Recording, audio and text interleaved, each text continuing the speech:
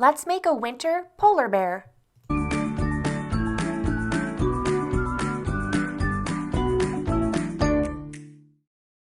Here's the supplies I'm using today. I'm using 9x12 sulfite paper, but you can also use 12x18 sulfite paper.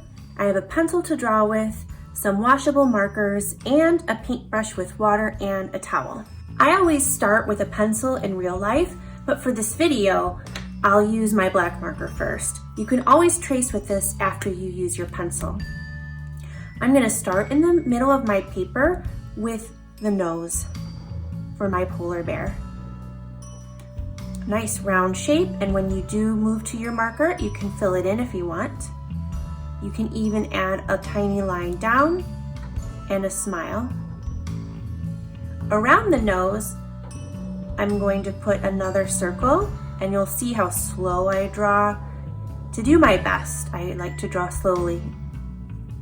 Now, after this circle, you can add eyes. They kind of look like rainbows at first. Sometimes I add a little white spot and then color the rest black. Sometimes I do the opposite. Sometimes I put a black dot inside. The best part about art is always those little things that we do to make our picture different.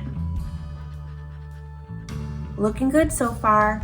Let's finish the face off with one more line around the nose and the eyes.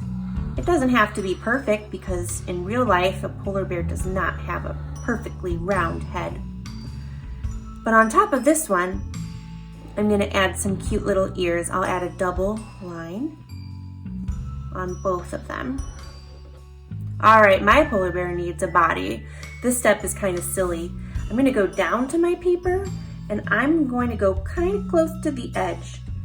And I will be making the biggest rainbow line of my life. Going all the way over everything and then back down again. And now it's time for some paws and some claws. Adding again another rainbow line, and then 1, 2, 3 claws, maybe 4. I'll do the same thing over here. A little rainbow line, and then some claws, and then I need one more line to show the belly and the edges of those legs. So you guessed it, a rainbow line. At this point, if you wanna trace with your black marker, go for it.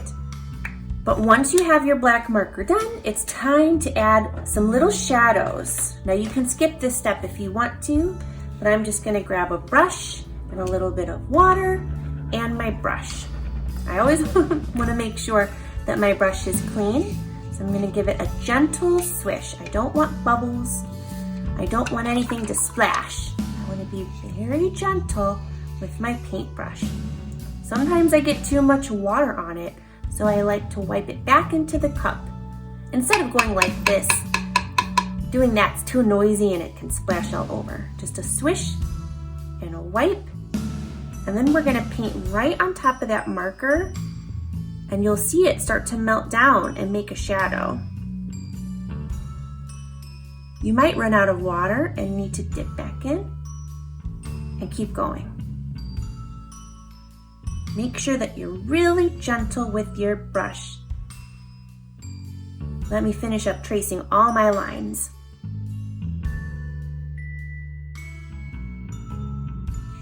Now my polar bear looks 3D, like it has real shadows all over. It's time to color the background, and you can do this with paint if you want to, or crayons, or whatever you have on hand. I'm gonna continue using my markers though. If you want, you can let this part dry before you move on and come back to it another day. I want to use some wintry cold temperature colors, so I'm gonna pick out my green and my blue and my purple. Where is my purple hiding? There it is.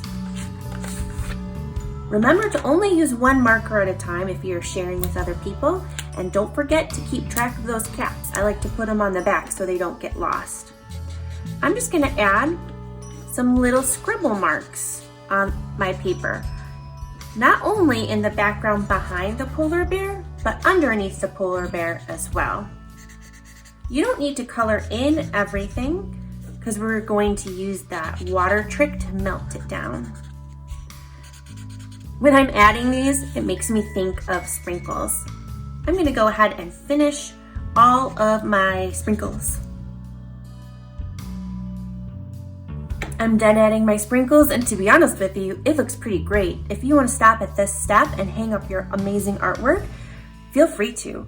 But if you want to continue on using the water trick, just swish your brush, wipe off the extra. You might want to double check on the towel, make sure there's no more black ink in there. And then you can start melting them down, and they're gonna mix together and form some really awesome colors.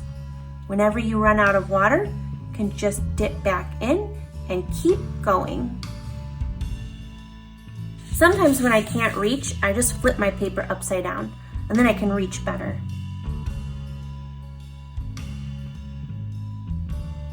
I'm finished with my cute polar bear. I just need to let it dry and then I'll hang it up. I hope you had fun trying out this art project. And if you'd like to see some more amazing winter art projects, check out my channel, Crazy Art Class. Make sure you like and subscribe.